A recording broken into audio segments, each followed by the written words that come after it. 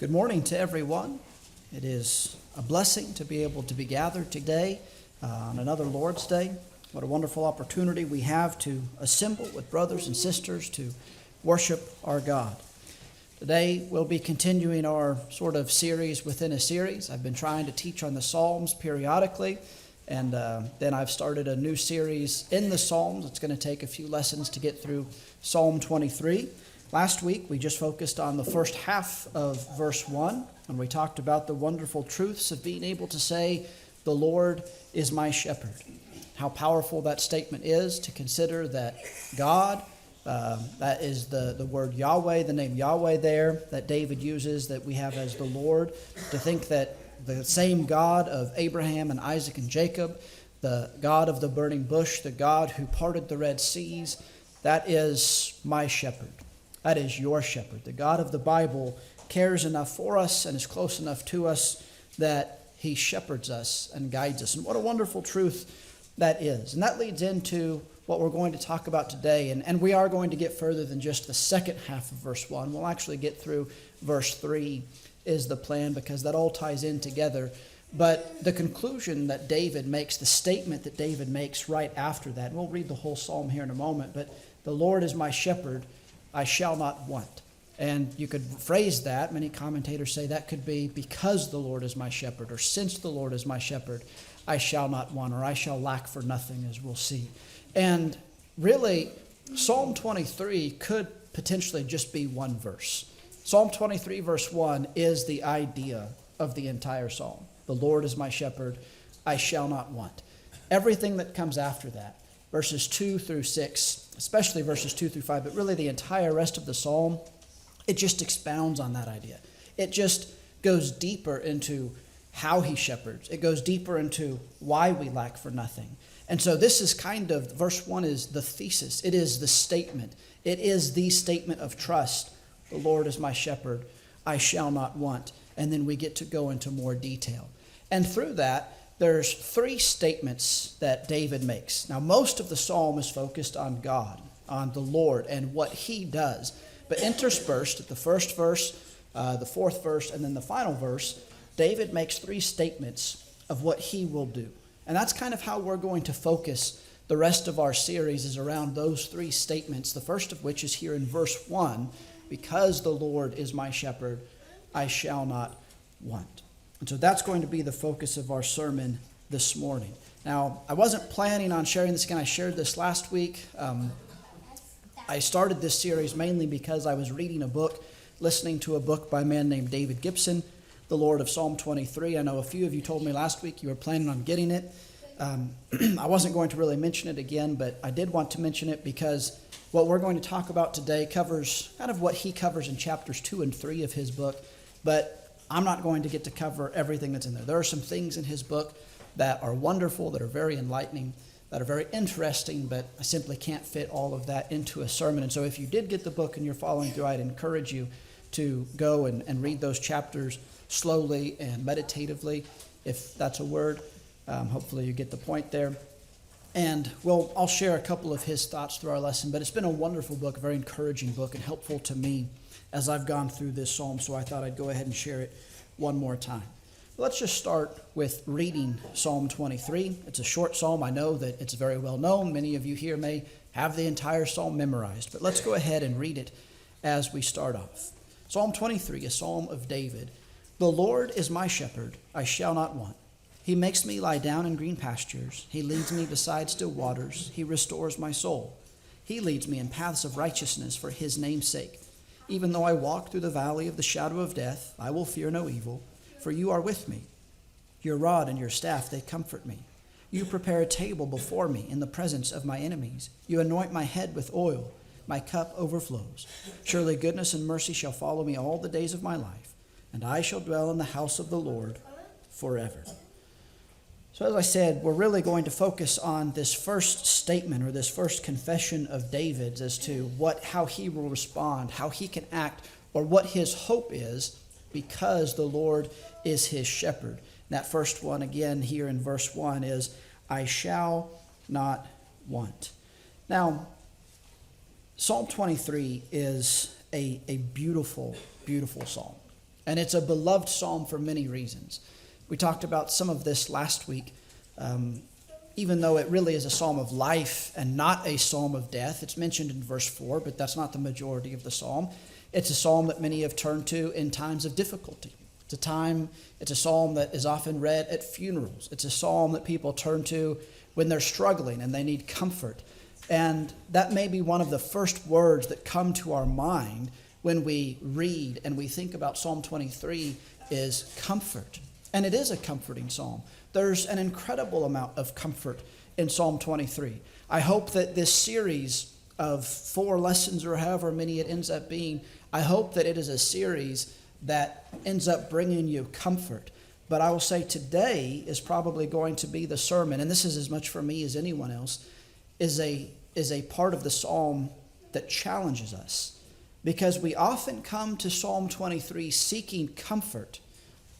But to get that comfort, what we really need to do is to be instructed by Psalm 23 about contentment. And we don't often come to Psalm 23 to remind ourselves that we should be content. And to remind ourselves that we have everything that we need. Even when things aren't going well, even when there's pain, even when we think there is a lack, even when we are in that deep darkness, those ravines that David mentions about, Psalm 23 verse 1 applies in all of those situations. The Lord is my shepherd, I shall not want. And so that first confession of David, I shall not want, is an incredibly challenging statement. Now, like I said last week, sometimes we move so quickly to the pastoral imagery, the sheep and shepherd imagery that David paints and the comfort and the beauty that's in there. We completely overlook verse 1. So we completely overlook what we talked about last week and the incredible, awe-inspiring truth that the Lord is our shepherd. And we also overlook, maybe this is more because we want to overlook, David saying, I shall not want. That's a difficult statement, isn't it? Can any of us here, and I'm not asking anyone to actually raise your hands, but can any of us here actually say today, I don't want anything? If we did do a show of hands, and I asked who here has said in the past week that you want something, probably every single hand in this audience would raise. Because we do. We want things, don't we? Some of them are good and positive things. Some of them may not be good and positive things. But we want all sorts of things. We want a little bit more money. We want to pay off our bills. We want good health. We want our children to succeed. We want the lost to hear the gospel. We want peace at our job. How many of the parents in this audience in some time in the recent past have maybe said, I just want some peace and quiet? We want a lot of things, don't we? And so this becomes a challenge when we really stop and say, okay, how in the world can David actually say, and then as I try and put this into my own personal life, how can I honestly say, I want nothing. I shall not want. Well, first of all, we need to consider that word want. That comes, in the ESV and many of the modern translations, it still retains that verbiage, which comes from the King James. Many modern translations do very little with Psalm 23 because we are so familiar with Psalm 23 out of the King James Version, how beautiful it was, how poetic it was, that it is retained. And so many translations still maintain this last phrase is, I shall not want. But in the 1600s, in the Elizabethan English that the King James was produced in, the word want meant slightly different than what the word want does today. Today, when we say I want something, the main idea is I desire something. I would like to have something. But back then, the word want referred to more of a lack. So think of the phrase, you have been weighed and found wanting. That's not you have been weighed and you've been judged and you've been found to desire things. That is, you have been weighed and you've been found lacking. There is a lack within you. And that's what the idea of this phrase is. That's why you'll find in some translations, the Lord is my shepherd, I lack nothing, or I have what I need, or I will not lack for anything. And so the idea of what David is saying here is because the Lord is my shepherd, I have no lack. I have everything I need. There is nothing that I am lacking that I really, really need. And so that softens it up a little bit. And that's good news, because now maybe we don't feel quite so guilty about the fact that now and then we say, I want this, I want that. And because many of our wants seem to be good, positive wants. So Psalm 23 verse 1 is not saying that if the Lord is our shepherd, we will never desire anything. But it means that we lack nothing of what we truly need. So that's the good news. But before we soften it up too much, let's pause and think, even if want means something slightly different, even if a more literal translation would be, I lack for nothing, let's go back to that idea of wanting again. Because even if want means more a desire than a lack nowadays, what is a desire? When I say I want something, why do I want it? Because I perceive that I lack it. When I say I want more money, now I may try and qualify that to say I want more money because I want to pay off bills. I want more money to save for retirement. I want more money so I can give more. Maybe I make myself feel better by all of these reasons why I want. But when I say I want more money, what I'm saying is I feel like I lack the money that I need. I wouldn't want more money if I didn't lack. When I say I want better health, I'm verbalizing that I feel there is a lack, that there is a need when it comes to my health. When I say I just want some peace and quiet, what I'm clearly lacking is peace and quiet.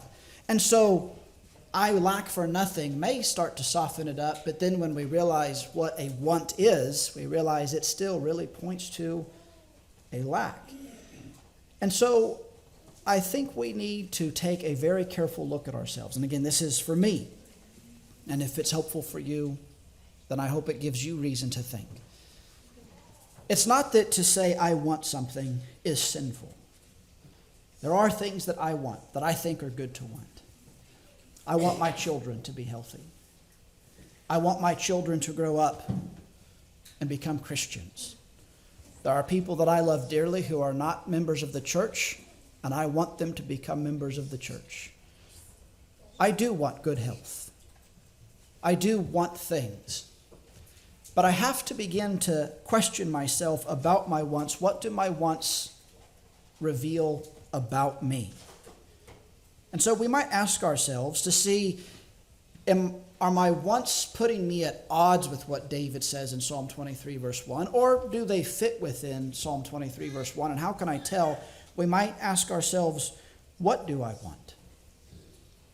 What is it that I want? Now, it's easy for me to stand up here and tell you all the things that I want that are good and right, like people to become Christians and the gospel to spread, and not confess maybe the other things I want that I realize are just materialistic. But in our own hearts, as we consider, what do we really want? Do we want things that are righteous and that are good and that are holy? Or do we want things that are simply carnal and materialistic? What about why we want them? Why do you want more money? Why do I want more finances? Is it to do good things? Or is it because of covetousness? Why do we want better health? Clearly to feel better, right? What would we do if we felt better? If we had better health? Would we use that better health and that better ability and that greater level of energy to serve the Lord's kingdom? Or would we use it to go fulfill our own carnal desires? Why do I want what I want? And perhaps the biggest question of all, I want something. But if I do not get something, if I do not get what I want, will I still be content? Will I still be at peace if I don't get it? I would like to be able to pay off some bills. But if I don't get some more money, if I don't get a raise, if I don't get whatever it is, am I just as content, just as joyful, just as at peace, just as committed to the Lord as if I did get that thing? Would love better health. And I know there are people in this audience who would love better health, who would love some of the energy back. But here's the question. If that doesn't happen, if physical healing doesn't happen, will you be just as content, just as joyful, just as dedicated to the Lord as if you were to receive that desire? See, that is really what this psalm is getting to. It is a recognition by David that even though he may have desires, even though there may be things he thinks he wants, at the end of the day, he can honestly say, whether those desires and wants are fulfilled or not, he lacks for absolutely nothing. And at the end of the day, whether he has everything he wants or not, he has everything and more of what he needs. Like what one man said, Psalm 23 is partly in the business of training my sense of need to be better attuned to what God provides. That's not the way we typically look at Psalm 23. Again, we go to Psalm 23 for comfort. But to reach that comfort, we really need Psalm 23 to train us to retune our sense of need. And I'll be honest, this is very difficult in Western culture. This is difficult as an American. Why? Because we live in a society that is all about money, things, stuff. Think of capitalism. I'm not dogging capitalism. I'm not saying socialism is better. I'm not being political at all. But I want you to think about what a capitalist market does. A capitalist market is all about creating perceived needs in people. Here in a week, if we live so long, there will be the Super Bowl, and there will be companies that spend millions and millions of dollars on advertisements through that game. And what is the goal of that? So that you will watch that advertisement and you will think, I want that. And maybe even a bit more, you will think, I need that. So that you will spend your money. Our entire culture is about creating perceived needs. And when that's what is bombarding us constantly, it takes a special focused effort for us to step back and to retune our thoughts and our hearts around what do I really need? Thus, what do I want? And thus, you know what? I actually have everything I need. I have absolutely everything I need. Now, there's a few verses in the New Testament that demonstrate this, especially from the hand of Paul. In 2 Corinthians chapter 6, Paul writes to the Corinthians, and he's defending his ministry and his work.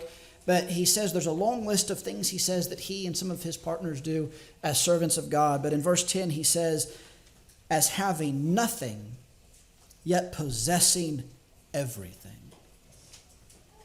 Now, Paul also said in Philippians 4, verses 11 through 12, verses that many people turn to for comfort as well, without looking at the contentment.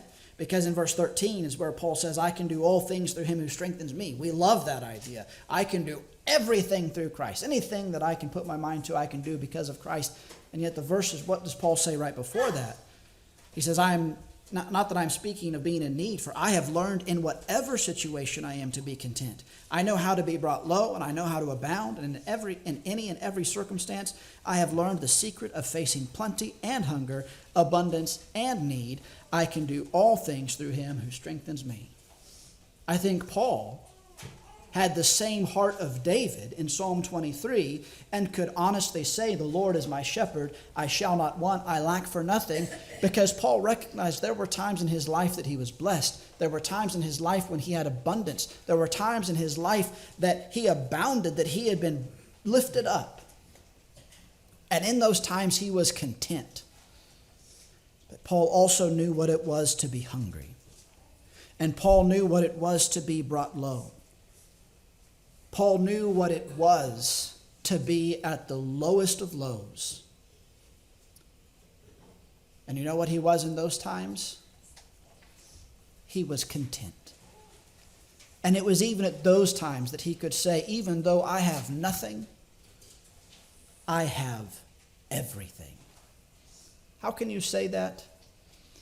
The only person that can say that is the person that can say, the Lord is my shepherd. And just knowing that is all that I really need to know. So, why can we trust that? That's a big statement. I realize that. So, how can we trust, and why can we trust that we truly lack nothing? I think there's 2 or 3 reasons within the psalm, a couple of which are pretty apparent. They're pretty obvious there in the text, and at least one that may not be so obvious.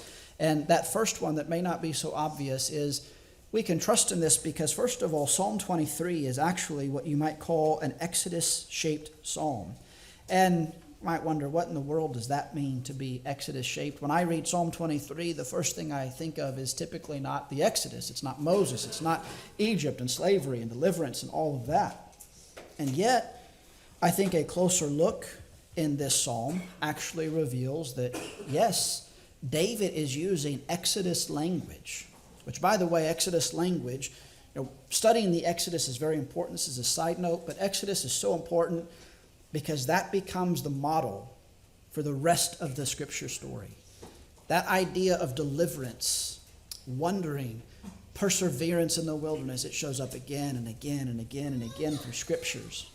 And David is personalizing his own, you might call, Exodus experience in this psalm, and he is basing it in the language of Scripture and the Exodus event. Let's look at verses 1 through 3. The Lord is my shepherd, I shall not want. He makes me lie down in green pastures. He leads me beside still waters. He restores my soul. He leads me in paths of righteousness for his name's sake. Now again, that doesn't just scream Exodus to most of us probably. It didn't to me either. I had to have this shown to me through reading various ideas. But when you see it, I think it's neat. I won't spend too long on this. I know some people don't find this as interesting. Some of you will. But consider this. This idea, I shall not want. Where does that come from? Well, look in Deuteronomy 2, verse 7. For the Lord your God has blessed you in all the work of your hands. He knows you're going through this great wilderness. These 40 years the Lord your God has been with you. You have lacked nothing. The first confession that David makes, I shall lack nothing, is based upon what God told Israel towards the end of the Exodus. For 40 years, they had wandered in the wilderness. Now, by the way, they weren't living like kings and princes in the wilderness. They were nomads. They didn't have great wealth. And yet God provided for them. He gave them the manna from heaven. He brought water from a rock. Their clothes didn't wear out. Their sandals didn't wear out. God provided for them. And he said, you have lacked nothing while I was leading you. And David says the same thing right off the bat. I shall not want. I have lacked nothing. Also, this idea of pastures and being led. In Exodus 15, verse 13, says, you have led in your steadfast love the people whom you have redeemed. You have guided them by your strength to your holy abode. Now, that sounds a little different, but the Hebrew word there for abode is related to the word that's translated as pastures in Psalm 23. It's a word that sometimes in the Bible is translated as a home or a dwelling or an abode. Sometimes it's translated as a meadow or a pasture. And so it's not quite as obvious in English, but David is actually using some of the same language that was used in the Exodus event. God was leading them by strength to his holy abode. And of course, as we look forward in Psalm 23, what's the end of Psalm 23? I will dwell in your house forever. And what was the Exodus? It was leading them not just to be in the wilderness, but was leading them to the promised land, this land of rest. Also the idea, you have led. And what do we find multiple times in Psalm 23? He leads. David is using Exodus language. This idea of still waters. If you're reading from the ESV, I think there's a footnote there that can be rendered waters of rest. And we'll talk about rest here in just a moment. But rest was part of the idea through the Exodus. In Numbers 10:33, we're told that the ark of the covenant of the Lord went before them, that's the nation, 3 days' journey to seek out a resting place for them. God shepherded. In fact, if you go back to Psalm 77, I don't have it, I won't read it right now, but read in your own chance Psalm 77. The last two verses of that psalm specifically use the metaphor of sheep and shepherd for God in the wilderness. And as God guided Israel through the wilderness, there were times when he did what? He sought out rest for them, which is exactly what David says the Lord does for him. And consider that final part of verse 3, that he leads me for his name's sake. In Psalm 106, verse 8, a psalm about God's power, says, yet he saved them, he's speaking of Israel in the Exodus event, for his name's sake, that he might make known his mighty power. Isaiah 63 verse 12 says that the Lord caused his glorious arm to go at the right hand of Moses, who divided the waters before them, to make for himself an everlasting name. We're going to speak more about this towards the end of our lesson of his namesake, but that is language that goes back to the Exodus. So what's the big deal about this? I mean, one, I find it interesting. I always think it's interesting to see the connections in Scripture. And maybe you do too, or maybe you think it's boring. I don't know. But I think it's more than just interesting. I think it's important because we see that David frames his trust in Exodus language. He recognizes that his life is an exodus of itself, that there was a bondage he was in and that he has been delivered by God. In fact, it's actually kind of interesting to see the parallels. There is this miraculous overcoming of an enemy. David shouldn't have been able to defeat Goliath, just as Israel shouldn't have been able to escape Egypt. And yet David does by the power of God. But you know, David doesn't go from defeating Goliath to king. He spends several years where? In the wilderness, running from King Saul. He even spends some time where he has to live under the Philistine rule. But he spends time in the wilderness before he finally is able to come back to home and reign as a king. His life actually mimics the Exodus story, and he bases Psalm 23 in that language. And he can look back at what God has done for God's people in the past, recognize he is also on a journey, and he can trust in God because God has shown trustworthy. And for you and I today, I think we have to recognize that we are also a part of an exodus. If we want the comfort of Psalm 23, we have to realize this world, and we say it so often it becomes cliche, but do we really mean it? This world is not our home. This is not our goal. This is not our destination. Good health, great finances, enjoyable times, those are not the goal. Our goal is to be with the Lord. Our goal is heaven. This is the wilderness. We have, if we've obeyed the gospel, we have overcome an enemy we were powerless against because of God. We have crossed the Red Sea, so to speak, but we are in the wilderness, and we must rely upon God to guide us and to lead us through the wilderness of this life. When we place our hopes and trust in money, in things, in careers, in relationships, in this world, we may come to Psalm 23 and get a warm, fuzzy feeling now and then, but we will never be able to say with David, the Lord is my shepherd, I shall not want. But when we realize that we are on a journey through the wilderness, then not only can we, but we must remember the Lord is our shepherd and find great strength therein. But we can also trust that we lack for nothing, not only because this is based upon what God has done multiple times through history for his covenant people, and we are his covenant people now, but because of what David says specifically that the Lord does. Let's take a look at these verses, and we won't go too deeply into this, but we'll go through them. Notice that here's the linguistic part. I know this is boring to another group of people, but there are 4 verbs that take place in verses 2 through 3. Verbs have to have a subject. Who is it that's doing the action? There are 4 verbs, and the subject is always the Lord. It is the Lord who makes me lie down.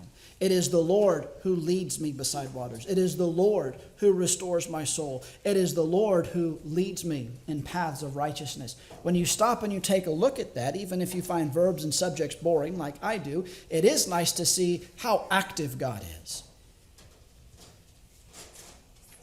And it's important to remember who is doing most of the work. Again, maybe this is our culture, maybe this is human nature. We so often think that it all depends upon us. It depends on me. I am the captain of my destiny. I am the master of my fate. Whether I'm successful or not is going to be based upon what I do and my abilities and my talents and my work ethic. Work ethic is good and talents are great, and we do have to be busy. We have to be working. But at the end of the day, we also need to realize it is not us that brings about success. It is the Lord. The Lord is the one who has made all things possible. The Lord is the one who is working. And that calls us to trust in Him. Look at the things that He provides or that He gives. First of all, there is provision. This idea of green pastures. In the metaphor of sheep and shepherd, what is a green pasture? A green pasture is a place of plenteous food. It is a place where the sheep can get nourishment in abundance. In fact, it is a place that is so abundant and so overflowing for the nourishment of the sheep that they can stay there for a while. Because the shepherd actually makes them lay down in these green pastures. Because they're going to be there for a while. And he sees fit to keep them there. This still waters, we'll talk about, actually kind of points to rest in one way, but what is water goes with food. We need food, we need water. The shepherd is constantly guiding his sheep to food and to water. He is providing for their needs. And this is what the Lord does for us. Now, I think He does this for us physically. We can rely on Him to make sure we have what we need. Remember Jesus, when He taught that lesson, don't worry about what you will wear and what you will eat and what you will drink. Why do we not worry about that? He says, because the Lord knows you need those things. The Lord knows you need sustenance. The Lord knows you need protection. And He will provide. Now that doesn't mean that we may eat steak dinners every night. Doesn't mean we'll live in the lap of luxury. But remember the other thing Paul said, with food and clothing, let us be content. And the promise that underlines that contentment is you will always have those things. Because why? Because the Lord is our shepherd. But more than just physically, He nourishes us. He feeds and waters us spiritually. Think of how many times in Jesus' life He used food and water as metaphors for spiritual nourishment. Blessed are those who hunger and thirst for righteousness. Remember this, the conversation with the woman at the well, and they start talking about the water. And He says, if you would have known, if you knew who you were talking to, you would have asked for living water. That wasn't water that she would never be physically thirsty again. That was life-giving water. What's provided in Revelation at the very end of the Bible? We have the tree of life and we have the river, the water of life. We have soul-sustaining food and water. And when we truly hunger and when we truly thirst for righteousness, the Lord is more than able and He is more than willing to provide for us abundantly. Our cup will overflow. We will find pastures that we can revel in and stay in. We will find waters of comfort and rest that refresh and restore us. Through God's word, through God's people, the Lord provides. But tied in with some of that is the idea of rest. Again, different translations may have different footnotes, but I think in the ESV, that phrase, still waters, it has a footnote, can be also rendered as He leads me beside waters of rest, is what that word means and what it alludes to. And so Psalm 23 is a psalm that becomes challenging, not just because it is a psalm that calls us to contentment, but to be honest, it is a psalm that calls us to slow down. It is a psalm that calls us to find peace in the Lord's provision and protection and presence, instead of seeking all of the things that this world offers. I ran across this poem that I thought was interesting. It's very sad, but it's very true. Somebody wrote a psalm that they called Psalm 23, Antithesis. It goes like this: "The clock is my dictator, I shall not rest. It makes me lie down only when exhausted. It leads me to deep depression. It hounds my soul. It leads me in circles of frenzy for activity's sake. Even though I run frantically from task to task, I will never get it all done, for my ideal is with me. Deadlines and my need for approval, they drive me. They demand performance from me beyond the limits of my schedule. They anoint my head with migraines. My in-basket overflows. Surely fatigue and time pressure shall follow me all the days of my life, and I will dwell in the bonds of frustration forever." This is not a pleasant question to have to think about. But of that psalm and the real Psalm 23, which one actually describes your life? If we're being brutally honest with ourselves, which one do we really live by? By the rat race and the busyness, the frustration, or by green pastures and still waters and soul restoration? Yes, Psalm 23 calls us to slow down. There's a couple of quotes from Mr. Gibson's book that I thought were too good not to share. One, he says, "There is a restoration of the soul that takes place when I cease striving to master the world, and I am content to lay down the tools of work and instead be nourished by the provision of the shepherd. Sheep benefit enormously from regular, daily, weekly reminders that we are sheep and not the shepherd." Now, that doesn't mean that we all need to quit our jobs and be lazy. We have to work. There are things that we have to be busy about doing, but we take that so much further, far too often. And we justify our materialism and our greed and our covetousness and a host of other things by just saying, well, I'm a hard worker. Fantastic.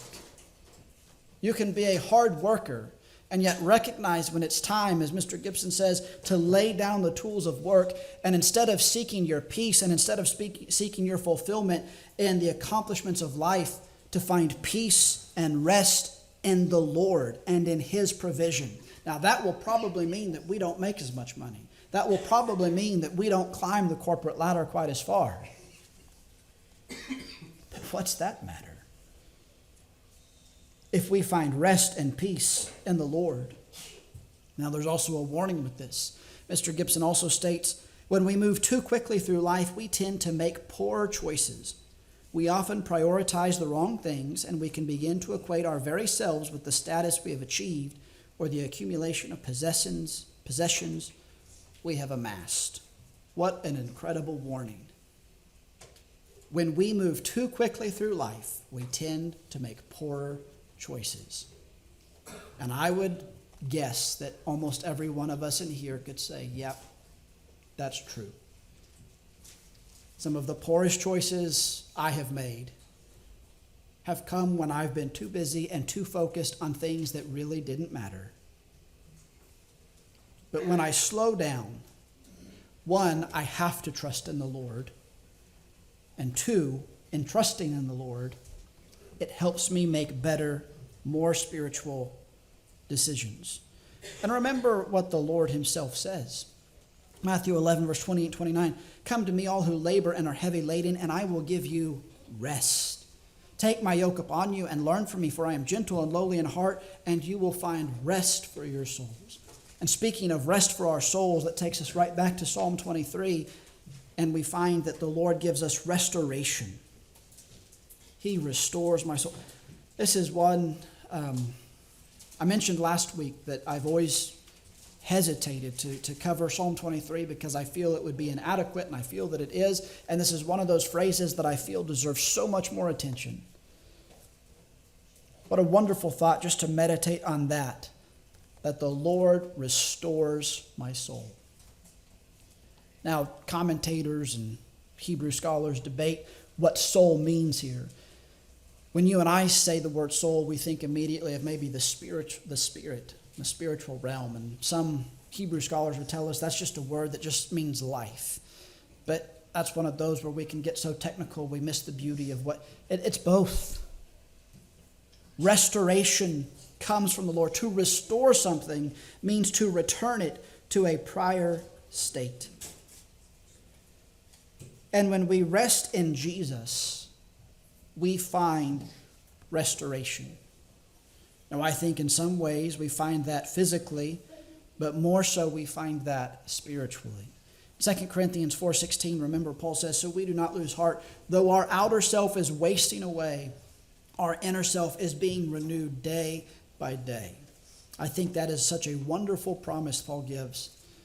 I know there are people, we have brothers and sisters who are not with us this morning because they're confined to their homes, because they're confined to nursing homes, because their physical body has worn down to such a degree they simply cannot even be out and about. And by the way, unless you and I die from some disease or some accident earlier than that, that's where every one of us will be at some point. Our bodies are deteriorating and they will get to that point. That's not a very cheerful thought, is it? But you know what is? Even then, your soul can be renewed every single day. Why? Because the Lord is your shepherd, and you will lack for nothing. And the renewal that matters most is always available to his people. Of course, we could think of the restoration of the soul in terms of forgiveness. What had sin done? Sin separated us from God. And he has offered us restoration, an ability to return to a right relationship with him. And I mean, what else do we need other than that? We ended last week's sermon. I mentioned I don't need to know about your financial status, your health, and all the other things in life. All that really matters is if the Lord is your shepherd or not. And I'll double down on that statement. Because it doesn't matter if you're rich, if you're healthy, if you have everything this world offers. If the Lord is not your shepherd, then your soul has not been restored. And you are lost. But if you're the poorest, sickest, most miserable person in this world, and yet the Lord is your shepherd, you are most blessed. Because even though you lack all of those other things that the world values, your soul has been restored to the Lord. And there is nothing more valuable than that. But also the Lord gives us guidance. Notice that twice what it says the shepherd does is he leads. This is what the shepherd does. The shepherd leads the sheep. And we have to remember this. This is where comfort comes from, in trusting the Lord and following him. See, the problem is so many times we want to live our lives, make our decisions, be the masters of everything. And then when everything goes crazy and everything goes awry, we want to go back to things like Psalm 23 and find comfort. But the problem is we haven't been following the shepherd. And why would we think there is comfort to be had when we won't follow the shepherd? Real freedom comes not in being the master of everything, but real freedom comes in following the shepherd. I've read that word paths can refer to like wagon ruts. You think of a dirt road that wagons go down, and over time there's this clear path. A few weeks ago when we had all that snow, if you got out during any of that week, you probably tried to find the ruts that everybody else had driven in, and you drive in those. What are you doing? You're driving in a path that has already been traversed by someone else, so you can trust it. When we're following Jesus, he is leading, he is going before us, he is gone, where we have not yet. And so we follow him, and we trust in his ways. Now, ESV has paths of righteousness, which very much has a spiritual undertone to it. The alternate reading there, and some think it's just simply right paths. You think of sheep as the shepherd is bringing them through hills and through cliffs and through valleys of deep darkness that we'll probably talk about next week, he chooses the right path, because a wrong path could lead to injury, it could lead to being lost, it could lead to attack or theft. But the shepherd leads along right paths. But that plays right into paths of righteousness. When we follow the right path, the only right path is following Jesus.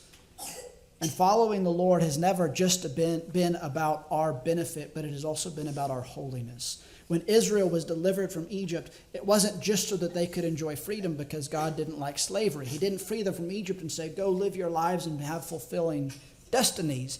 He called them out, he led them out, and then he gave them his law. And in his law, he repeats again and again, you will be holy, for I am holy. He was leading them not to paths of absolute freedom. He was leading them in right paths of holiness.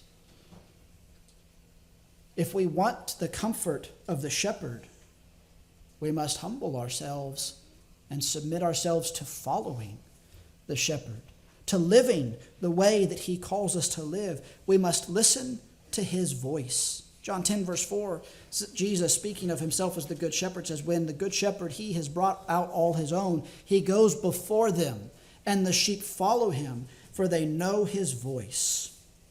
Provision, protection, rest, restoration, all of these promises, they are only available to us if we follow Jesus, if we hear and listen to his voice. Psalm 19:7 says, the law of the Lord is perfect, reviving the soul. It is when the sheep begins to wander off, when the sheep begins to think that the grass is greener in that other pasture, when the sheep lingers instead of following, that's when the sheep gets lost. That's when the sheep stumbles over a cliff. That's when the sheep gets attacked by bears or lions or wolves. That's when the sheep gets stolen by thieves, when it's not following the shepherd. Restoration and deliverance aren't provided to just allow us to live any way we want. They call us to holiness and righteousness. And lastly, he leads for his name's sake. That's another one of those deep phrases. But God's care for his people proclaims his name. For example, and this goes back, last week we talked quite a bit about the Lord's name. And think about that in the Exodus event. Exodus 9, verse 16, God says through Moses to Pharaoh, but for this purpose I have raised you up to show you my power, so that my name may be proclaimed in all the earth. Psalm 106, verse 8, speaking of the Exodus event, says, yet he saved them for his name's sake, that he might make known his mighty power.